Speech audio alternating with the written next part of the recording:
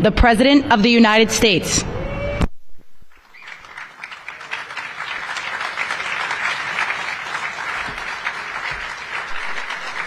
Hello, everybody. Thank you very much. Thank you. What a friendly group this is. No Democrats are here, right?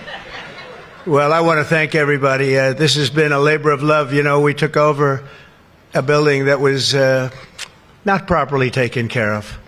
It just wasn't. It's a very special building, and we are taking care of it. This was grass, and when you have a news conference, and this was going on for many years, but everybody would just sink into the mud.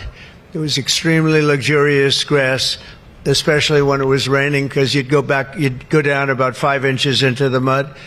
And when we had a press conference here, all the press standing back there, they'd be cursing me.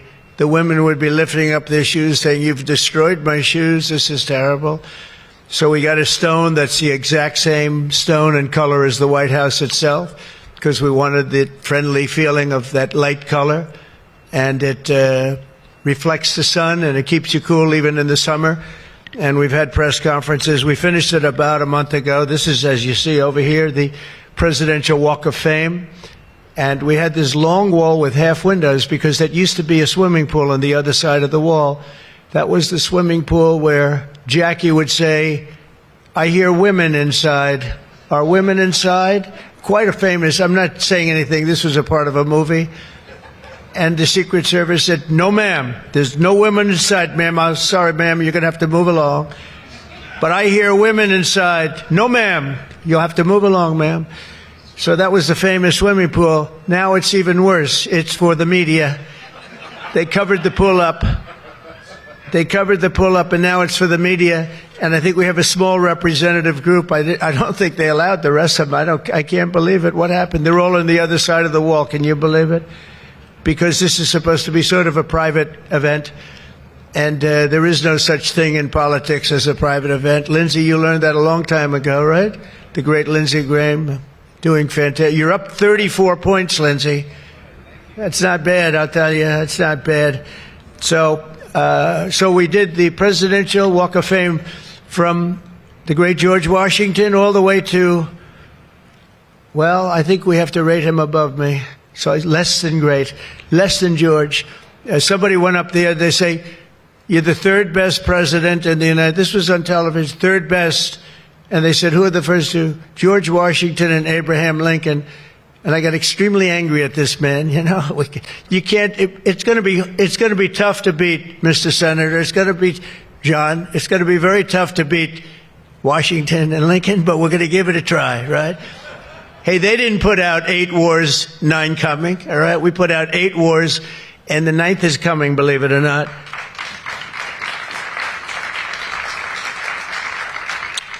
So I just want to say it's great to be with you. And when we're finished later on, we're going to have a little quick lunch, and they do great food at the White House. And this is used sometimes for evening, where we've had some incredible people for the evening, and some of the big foreign leaders have been coming.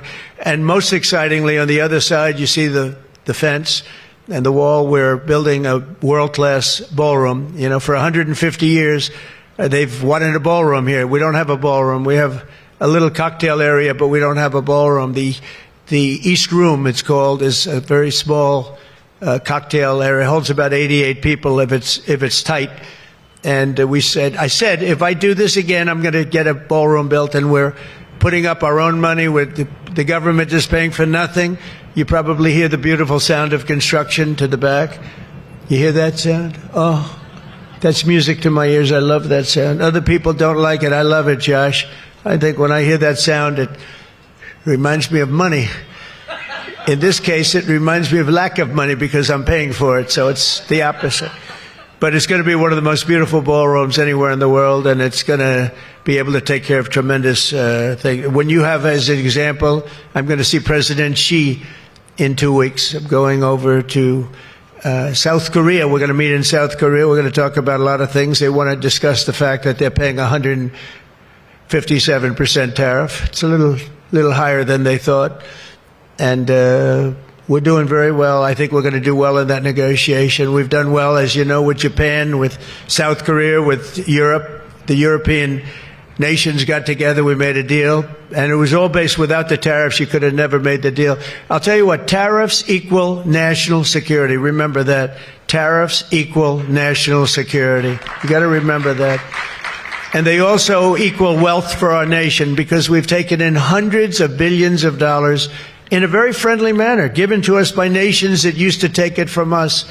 And they used tariffs on us. We never used it on them because we were foolish, or we were led by people that weren't business people. But it really does. It equals national security. And I wouldn't have put out, I mentioned 8 wars, 9 coming. Of the 8, 5 were based solely on trade and tariffs.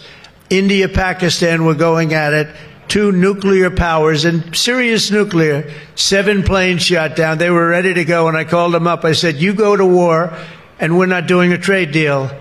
And they said, well, what does one thing have to do with the other? I said, it has a lot. You're nuclear powers, and if you do it, we're not doing a trade deal. And 24 hours later, they called me, we have decided not to do it. We stopped the war. We stopped the potential disaster, a nuclear disaster, because of trade. And it's been really amazing. But the tariffs have made us a wealthy country. They've given us tremendous defense. They've given us things that we can do for other countries, very positive. But again, really, it's national security, it's national defense, and they are so important. And it's incredible that presidents, for the most part, didn't know how to use them, when to use them. If you go back, you'll see some of the presidents that were the most successful were believers in tariffs. And I even see foreign countries now that we are doing very well with taking ads. Don't go with tariffs. They're taking ads. I saw an ad last night from Canada. If I was Canada, I'd take that same ad also. But they're actually on television taking ads. But I do believe that everybody's too smart for that. We have a very, very big and important case coming up. We should win the case based on the legal merit. We should also win the case based on all of the things I just said. But we're a wealthy country again. Last week, as you know, they found $31 billion. They came to see me. Sir, we found $31 billion. They said, we don't know why. I said, was this a good find or a bad find? It was a good find. It was a plus 31. We're used to finding negative 31s, right, for the last 30 years. I said, check the tariff shelf. Well, those tariffs haven't kicked in. Yes, they did. They kicked in 2 months ago. Check it. He comes back 2 hours later. Sir, you were right. We have an additional $31 billion, billion, not million, Lindsay, billion, that we just found from tariffs. They kicked in earlier than we thought. You were right. We're a wealthy nation again, and we're a nation that can be secure. We're a nation that can start paying down our debt. And with tariffs, we're the wealthiest nation ever in the history of the world. Without them, we've got to slog. We've got to slog. But remember this, other nations, including China, Japan, European nations, they used tariffs against us for many years. That's why we owe $37 trillion. That's why. But they used tariffs very successfully against us, and we had presidents that never fought it.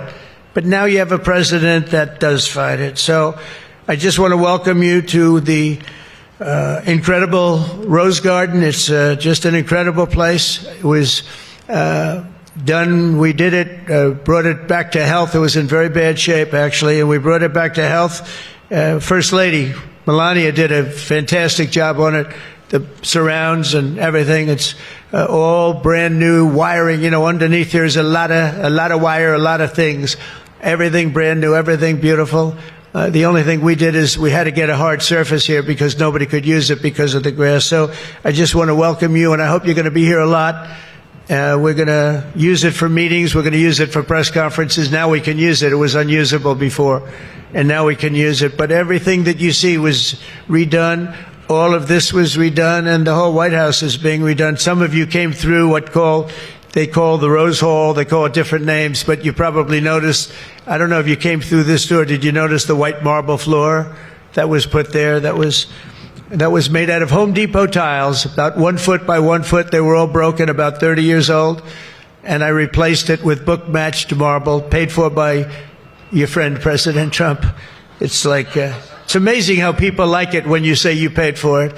When I say I paid for it, they say, oh, I love it. But it really, they did a beautiful job. The great great talents. They're very talented marble people I have, and they replaced it with beautiful Paradiso marble and statuary marble, and it's really, really beautiful.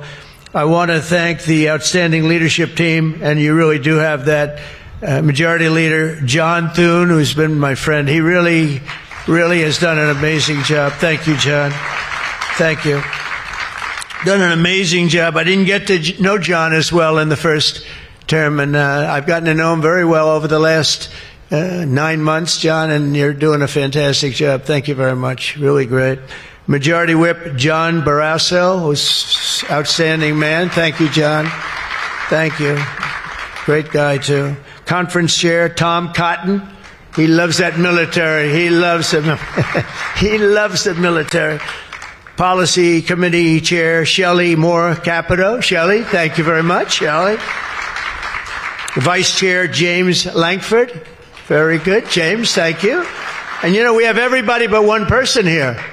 Everybody showed up. I figured you'd have I'd say 40 would have been a good number, right? We have everybody. We're just missing one person. You'll never guess who that is. Let me give you, he automatically votes no on everything.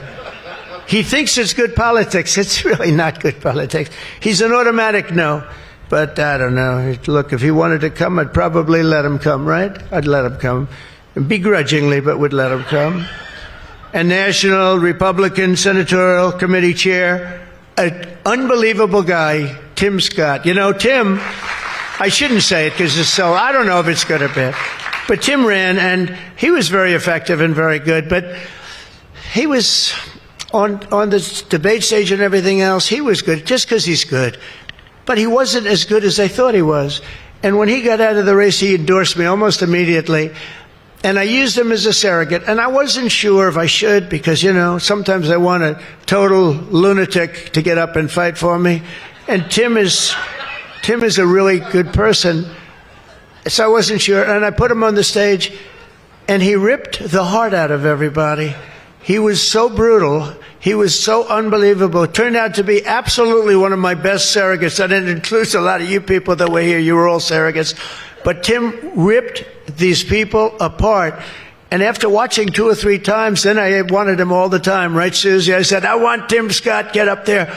But he was so good. And I said to him, Tim, when you fought for yourself, you were much different. When you fought for me, you were a tiger. You were unstoppable. Really was. You all saw that.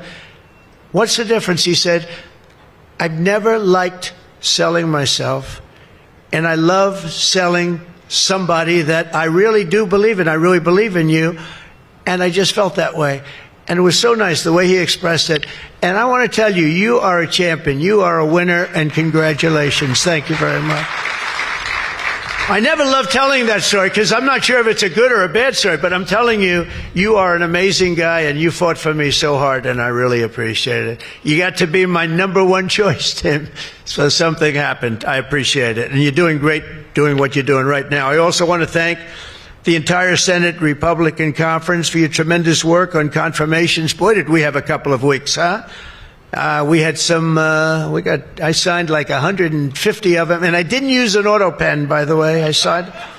When you're signing these important, like a general getting approved from 3-star to 4-star and all of these different things and big confirmations and, big stuff, you really have an obligation to actually sign it, I think.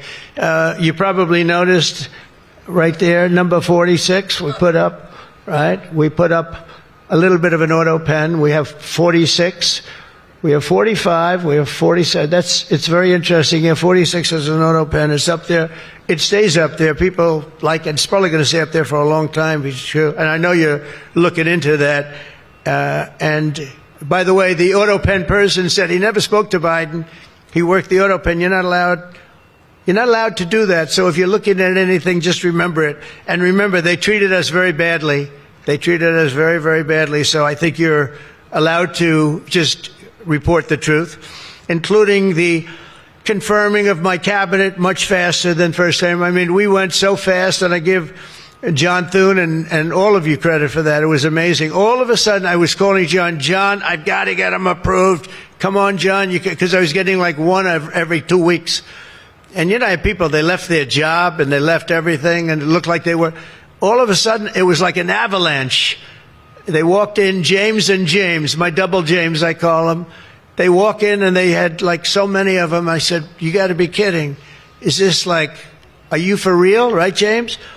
John Thune did his job, and you got them all done, and you have all those people out there working now, and instead of being very upset with the fact that we couldn't get them approved quickly. So I really appreciate it. You used a method that I wish you could use on U.S. attorneys. I have 10 U.S. attorneys who are phenomenal, a Harvard, a Yale, a this, a that, all top. And the problem is they're not going to ever be confirmed, I guess. I put them in. They'll be there for 3 or 4 months, whatever it's about, and then they have to leave. Because anytime you have, as you know, anytime you have a Democrat senator, not even 2, just 1, they'll say because of the time we're in, we're not approving that person. We're not approving. They never do. They won't approve. And therefore, because of blue slip, I have to tell the person after 3 months, I'm sorry, you'll have to leave. And I put somebody else in. And I've had Democrat senators say the only one we'll ever approve is a Democrat. This is not constitutional. And I hope you can look at that blue slip thing, because I have 10 people that are phenomenal, and they're going to have to leave office. Highly educated, top of their class, everything. And they're going to have a mark on their career that they were a U.S. attorney for 3 months or 4 months, and then they had to leave. And that's so unfair. It's unfair to the public, because the public voted for me in a landslide, and I'm supposed to be picking the U.S. attorneys. And this goes for judges also. But actually more so even for the U.S. attorney with a blue slip. So I have these phenomenal people, many of them young, but truly fantastic people. And they're wondering what's going to happen in another 3, 4, 5 weeks. They're going to have to leave office. I think it's a shame, and I hope you can do something about it, because I'd like to tell those people, we put you there, and you're not going to have on your resume for the rest of your life, you were there for 4 weeks or 6 weeks, and you left like you got canned. So I hope you look at that. Very important. And after your pivotal changes to the Senate rules last month, as a result, this is what you did, the unprecedented obstruction by the Democrats. We've confirmed more than 175 public servants, people that are phenomenal, to keep posts. And that's just been over the last couple of weeks. It's an unbelievable thing what you've done, John, all of you together. So working closely with me and House majority, the Republican Senate also gave us the largest working class tax cut in American history. And you passed the Lake and Riley Act to throw illegal alien criminals out of our country. You passed the Genius Act and the Take It Down Act with the support of our wonderful First Lady. By the way, she got actual support from the other side. It was bipartisan. I think Rand didn't vote for it again, but I think it was only Rand. You had bipartisan support other than maybe Rand. But another one I'm going to ask you to vote for, and it's in the House now, and I hear it's doing well in the House, James. It's Kate's Law.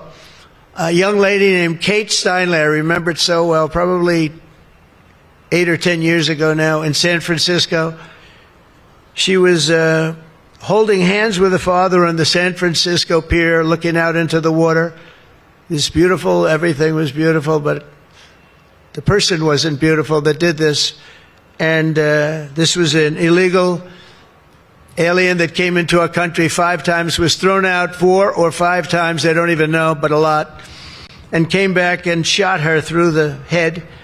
And she went down and she looked at her father, Daddy, Daddy, something happened, and she immediately passed away in his arm.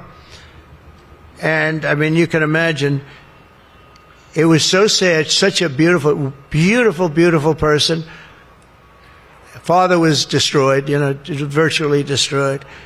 And they they wanted to pass what they call Kate's Law, and it's now again in Congress, and I hear we're going to get it passed in Congress, and when it gets up to the Senate, I hope you guys can pass it. And basically, very simply, it says that if you're an illegal alien and you come in and you get thrown out, If you come back and get caught, you have to spend 10 years in jail. Very simple.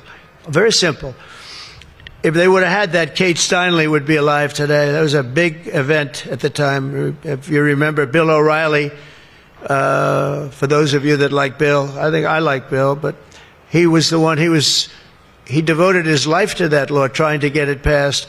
I think it's time that we pass it so that if you get taken out of the country and you come back illegally, knowing that this law is in existence, you go to jail for a 10-year period, and it's going to keep the repeat offenders from coming in. It's going to really keep them from coming in. Senate Republicans have already voted 11 times to get our government back and open for business. We have record business. We're going to be, I think, by the time I hit month number 12, I think we're going to have $20 trillion of investment. We're over 17 right now. As an example, President Biden had less than $1 trillion for 4 years.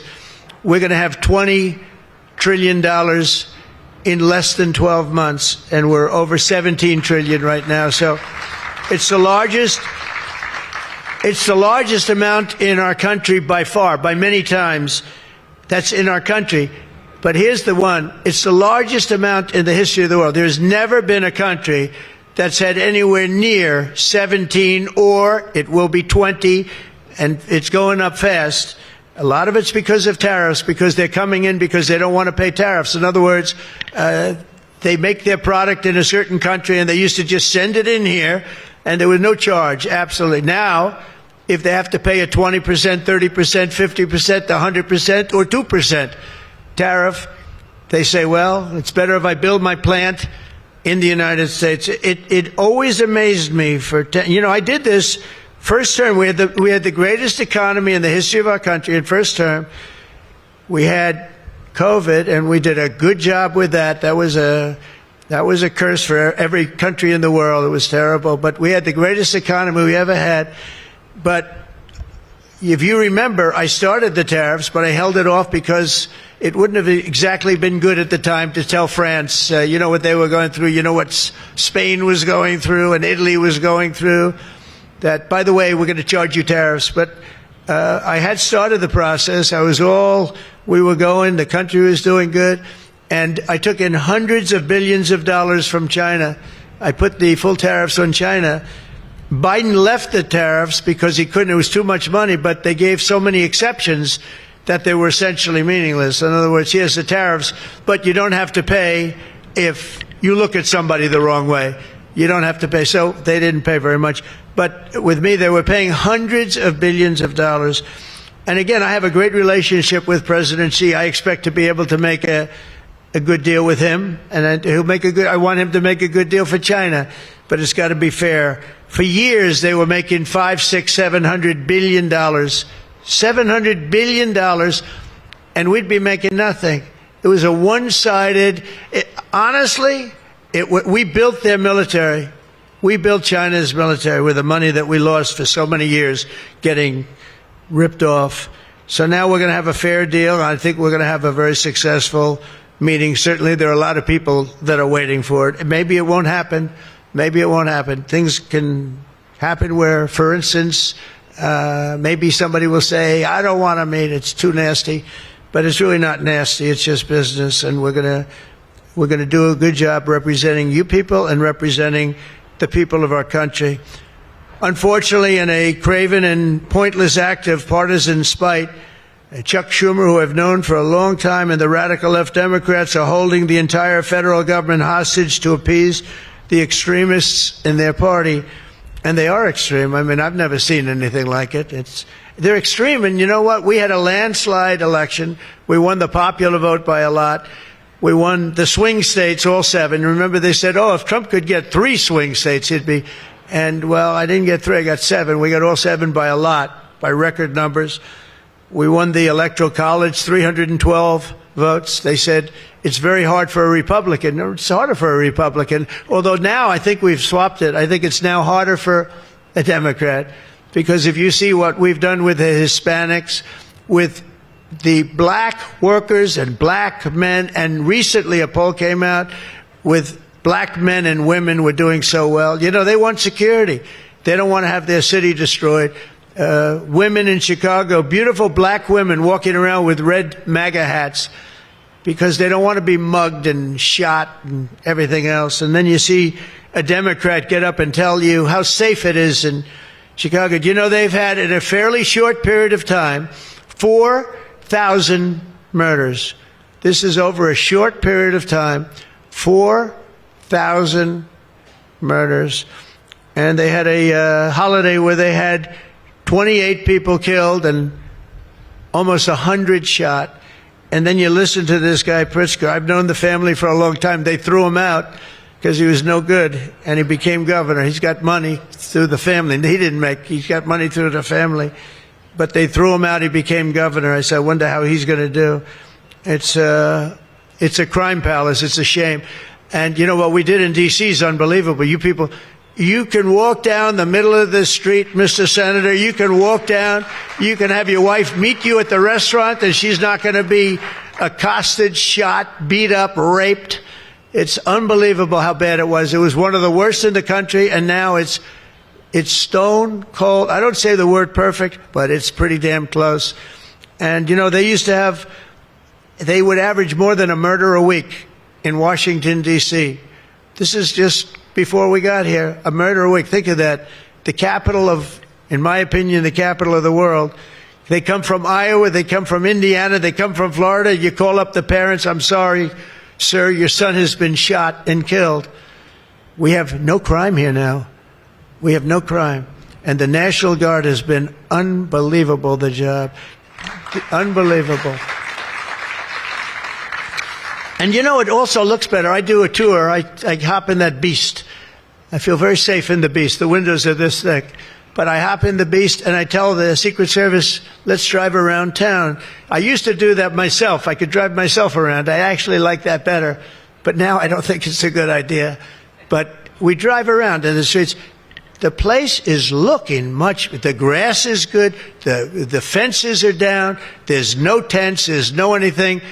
We are looking like it's just a whole new look. And the most important thing, there's no crime. And we're going to fix the roads. We have great pavers. We're going to fix the medians in between the roads, which are half of them are falling down.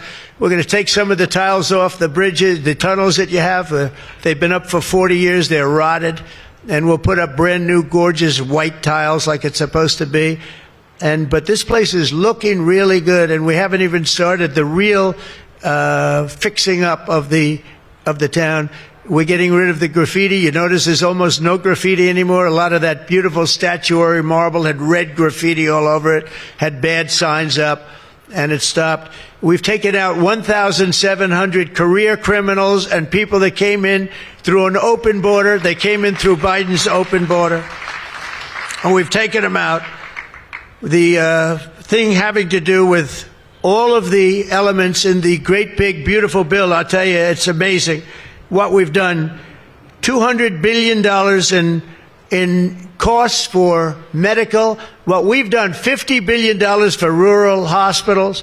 And remember, no tax on tips, no tax on Social Security, no tax on, think of all of these things that we've done. This is the biggest, this is the greatest bill. Social Security, no tax on overtime. But no tax on tips. I got that from a waitress in Nevada. I was making a speech, and I'm at one of my restaurants in the hotel I own there, and I say, how are you doing? Well, sir, it's terrible. They're taxing my tips. They're going, I wouldn't have even thought that. And I looked at it, and she said to me, sir, there should be no tax on tips. I said, say it one time more. No tax on tips. I walked outside to the press. I said, there will be no tax on tips. She was right.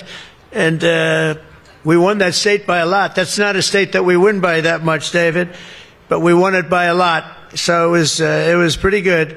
But that bill is chock full of so many different things. So it was the biggest bill. I'm actually saying this to the fake news so that they maybe print it, but maybe not, because you people know. It was the biggest bill ever passed in Congress.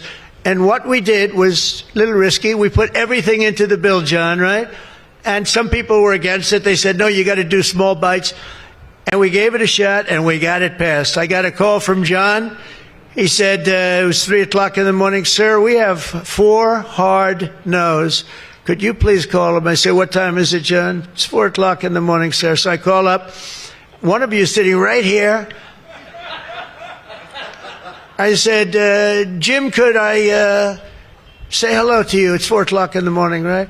He said, sir, you have my vote. I said, wow. Then I called up another person. I'll use fictitious names. Doug, could I get your vote? You've got it, sir. Then I called up another one. How about Josh? Could I have your vote, Josh? Because I like Josh. And Josh, who can be very difficult, said, sir, you have my vote. His wife was screaming at him on the other side. Sir, you have my vote. But I called people, and they weren't really hard-nosed. They wanted a little attention, unfortunately, at 4 in the morning. Sometimes I like the ones that don't like the attention, but we'll take it anywhere we can. And we got it passed, right, John? And nobody thought that could happen because you have a small majority. And how about in the House? We had a majority of 3. We actually went down after that for a period of about 2 months. We went down to a majority in the House of 1. And I kept saying, you know, because I'll tell you, Mike Johnson's great. The team, these two teams, did you ever see two people more different? One's tall, one's slightly less tall. We want to be polite. They are very different people, but they're the same in terms of talent. They did the two guys, and they get along incredibly well. We all do. We get along great. But we passed a bill. We don't need to pass any more bills. We got everything in that bill. There's nothing else we have to put. We got the largest tax cuts in history. We got the extension of the Trump tax cuts. We got all of these things. And, you know, remember, they lie. They will look at I saw it the other day, they were talking about, I call it the great big beautiful bill, but that's what it is, the great big beautiful, the biggest bill ever passed. And what they say, they make up stories. And I saw they were interviewing a senator, and they said, well, what's wrong with their bill? He didn't know what to say, because there's nothing he could say. It covers everything. He said, death. Death. It brings death. Now, if I'm a regular person and I hear that, I say, oh, that's terrible. But it's just the opposite. It brings life. It brings Medicaid, Medicare, Social Security. It secures all those things. And they just are so bad. You know, they said death. It was like death. And there's nothing about death. Theirs is death. Because they're going to lose Medicaid, they're going to lose Social Security, they're going to lose Medicare. All of those things are going to be gone because the whole country would be bankrupt, and you're not going to have any kind of medical insurance. So with us, it's the opposite. And it's a great bill. We don't need any more. And I want to just say from the beginning, our message has been very simple. We will not be extorted on this crazy plot of theirs. They've never done this before. Nobody has. You always vote for an extension. Chuck Schumer and the Senate Democrats need to vote for the clean, bipartisan CR and reopen our government. It's got to be reopened right now. We're not doing that. They are the obstructionists. And the reason they're doing it is because we're doing so well. We're doing well all over the world. We're doing well with the close to $20 trillion that I just told you about. It will be that number, but even if you take it down to over 17, that's a guarantee. We're doing well with everything. Car plants are pouring back into our country. AI plants, we're leading, we're dominating China right now in AI.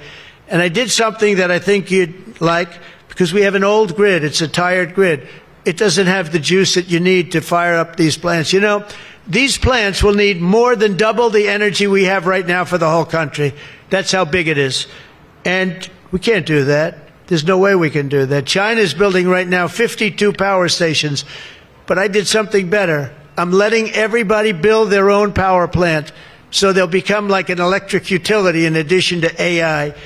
But if they want to build their own plant and we get their approvals within less than a month, it used to take 5 years prior to rejection. Sometimes a guy in Louisiana, they had one that took 12 years, and then they got rejected. I got it approved in 2 weeks when I got into office. That was the first term. And the plant is up now, and it's been a great thing for the state. I did it twice, actually. I got 2 of them that were dead after 12 years, and I got them approved, both of them, in less than a week. And that's what we're doing. Lee Zeldin, by the way, is doing a phenomenal job, Environmental Commission, I have to tell you. He knows that we have to get them fast, and we're getting them fast. So we're leading China in the AI race by a lot. Under Biden, Democrats voted 13 times for continuing resolutions to keep the government open. And all we want is simply to ask them to do it once again. They always voted for it. They never voted against it. Nobody votes against it. But they do that, and they do. It's partially my fault. I mean, I'm watching you, and I'm looking at all these great faces that I've seen, really great people. I think with few exceptions, a couple of you I don't like that much, but with few exceptions, great people. And you look at what they do, and you look at the game they play, and it's a horrible game. And, you know, we have the hottest country ever. This is the hottest country anywhere in the world. And I say this, I'm sure you've heard me say it, but I was over in the Middle East, and the King of Saudi Arabia and others also said essentially the same thing. They said, you know, President, a year and a half ago, your country was dead. We never thought we'd see this. And right now you have the hottest country anywhere in the world. We do. We have the hottest country anywhere in the world, which tells you about leadership, and that includes your leadership. So as you know, my door is always open to anyone. It's not like that AOC. How about her, where she said, she's talking about having rebellions and everything. She said, well, my door is always open. But she's not the leader. I'm sure the leaders felt very nicely about when she said her door is open. Who the hell wants to go into her door anyway? She doesn't know what the hell she's talking about. She's the one that started. You know, I remember, I'll never forget, she never took a course on the environment. And I watched her one day, and she was on television. She said, yes, our planet will be dead within 12 years. That was a long time ago. Our planet was supposed to be dead. Remember the 12-year theory? We were environmentally dead. Now, these people, they've got an agenda that nobody quite understands. The good news is they don't understand it either. They really have no idea. But the people do. The people understand.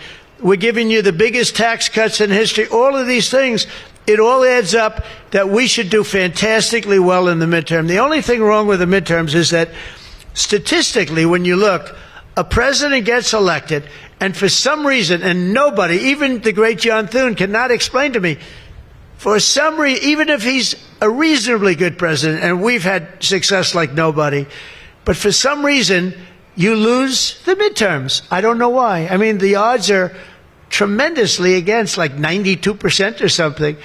It doesn't make sense. If you have a great presidency, it only makes sense that you win the midterm. So there should be no reason for it. Somebody's going to explain there might be some dark, deep psychological reason where they want to vote the opposite way. I don't know what it is, but we have to win the midterms. Otherwise, all of the things that we've done, so many of them are going to be taken away by the radical left lunatics. I mean, we're going to end up with a communist mayor in New York. Can you believe it? A communist. Remember, I would always say, we will not have a socialist elected in our country. Remember, I'd say that all the time. And I was right. We skipped socialists. We got a communist elected. So I didn't tell a lie. I didn't tell a lie. I was right. We'll have a communist, not a socialist. But we've already seen the impacts of the dangerous game that they're playing. Democrats are causing delays in our air traffic control system. So important. We wouldn't have had, you know, this Pete Buttigieg, he spent billions of dollars on fixing the air traffic control that used copper wire going into glass wire. Any union electrician here or any non-union electrician would say you can't hook copper into glass. It doesn't work. They spent billions of dollars. They turned on the system, and it was stone cold blank. We're getting a brand new system. We have bids out now. We have 3 great companies bidding. And I want one bid. Sean Duffy's doing terrifically. I want one bid. I want just bid, and they're responsible for everything. Not where they had like 1,000 contractors. Every contractor, they're all running around. In the end, if one of them does a bad job, we want to be able to blame somebody, and it's going to be one of the very big companies because there's a lot of interest in it. So the air traffic control system is going to be rebuilt. Over 1 million federal workers right now, as you know, are going unpaid. That's the Democrats' fault. And children, tourists, unable to visit the museums in Washington, D.C., that we now have beautiful, safe streets, but we don't have the museums open. We should probably just open them. But we are doing things that nobody's ever done, nobody's ever seen. So all of this and the pain that the Democrats have caused during this reckless and completely unnecessary affair, and you could call it the Schumer shutdown or the Democrat shutdown, you can call it whatever you want. And I will say this, that we have Darth Vader. You know Darth Vader, right? Darth Vader is a man who, I think he's sitting right. Is that Darth? Stand up, please, Darth Vader. Stand up. Does everybody know? They call him Darth Vader. I call him a fine man. But he's cutting Democrat priorities, and they're never going to get him back. And they've caused us, and they've really allowed us to do it. And by the way, thank you. You're doing a great job, I have to tell you. So, really a great job. Because many of the things that they're cutting, like the New York project, $20 billion we're cutting it, they're not going to get it back. I mean, they're not going to get a lot of things back. They may not get it back. Maybe we'll talk to them about it. But they're losing all the things that they wanted. But many of the things that they wanted are things that we don't want. Things that are just so bad for our country. And we're cutting those things out. So while they thought they were doing maybe bad, maybe indirectly they're doing good. The cynical comment that they've made all over the place, and all of their cynical remarks proves beyond all doubt that Schumer is a calculating political partisan. But we knew that. But he's somebody that's in deep trouble. He's losing in all of the polls. He's even losing to AOC +3. Remember +3? What happened to the +3? Are they still around? I had one. I met when I was at the United Nations, I met the president of Somalia. And I said, I have somebody I'd like to give back to you. He said, no, thanks. We don't want her. He didn't want anything to do with her. But today I'm calling on every Senate Democrat to stop the madness, to let our country get back. In the greatest moment in the history of our country, in terms of wealth, in terms of job creation, and in terms of investment coming in, these guys go on strike. It's really a shame. So I'm asking them to be smart. It's not working. They're getting killed in the polls. The public understands what they're doing. They're doing the wrong thing. And with that, I just want to say welcome to the White House. When we're finished, they do a great job. When they're finished, we're going to all come in. It'll be a little crowded, but that's okay. Into the Oval Office, we'll talk a little bit, couple of minutes. Got some interesting things. And I think I'd like to have, if I could, John come up and say a few words, and we can close it out. And by the way, this is an open mic. It's open to the world. I think they can hear me out on the street. If anybody wants to come up and say after John, say it. We're all friends, and you can speak your heart out. But we've got to get our government open, and the Democrats are trying to keep it closed. Thank you. John, please. Thank you, man. Thank you, sir. Well, Mr. President, thank you for having us. This is the fourth week of the Democrat shutdown, but we are all here today because your Republican team in the Senate is unified. This is now the longest full shutdown in history, but everybody here has voted now 11 different times to open up the government, and we are going to keep voting to open up the government, and eventually the Democrats, hopefully sooner or later, are going to come around. But Mr. President, your agenda is the right one for this country. This is your team. We are your partners in achieving and implementing the agenda that you campaigned on and the American people voted for. And you just mentioned it has been a series of promises made and promises kept, whether it's national security, whether it's the border, whether it's the economy, taxes, regulations, energy, Trump newborn accounts, school choice. You look at what we've accomplished so far. It is a remarkable, remarkable team and a record of accomplishment that can't be matched. And I would argue, at least in my time here, but perhaps in all of history. So thank you for your leadership, and we will continue to be good partners and work with you to get the work done for the American people. And let's hope that the Democrats get wise and, starting perhaps even today, vote to reopen the government so we can get back to work for the American people. Mr. President, thank you for having us at your home. You have beautiful homes. And thank you for everything you're doing to make this such a beautiful place. This is America's house. We're delighted to be here. Thank you.